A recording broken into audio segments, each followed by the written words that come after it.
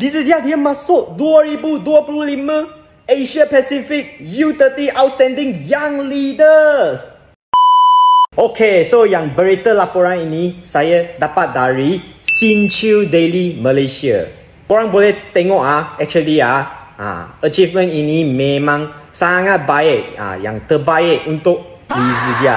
Sebab untuk achievement ini banyak artis yang famous pun ada dapat, iaitu BTS dan lagi Blackpink punya Jisoo pun dapat award ini juga. Li Zijia pun dapat award ini. Maksudnya untuk badminton player, actually saya pun ada buat research, bukan sahaja Li Zijia yang dapat. Actually ada negara yang lain punya badminton player pun dapat.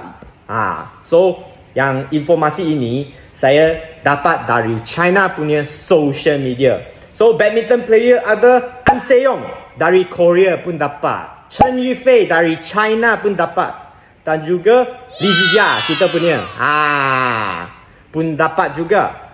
Dan keempat ialah Indonesia punya Putri Kusuma Wardani, dia pun dapat award ini juga. Yang ini ialah paling best punya achievement untuk Li Zijia, sebab dia sama level dengan BTS dan Blackpink juga.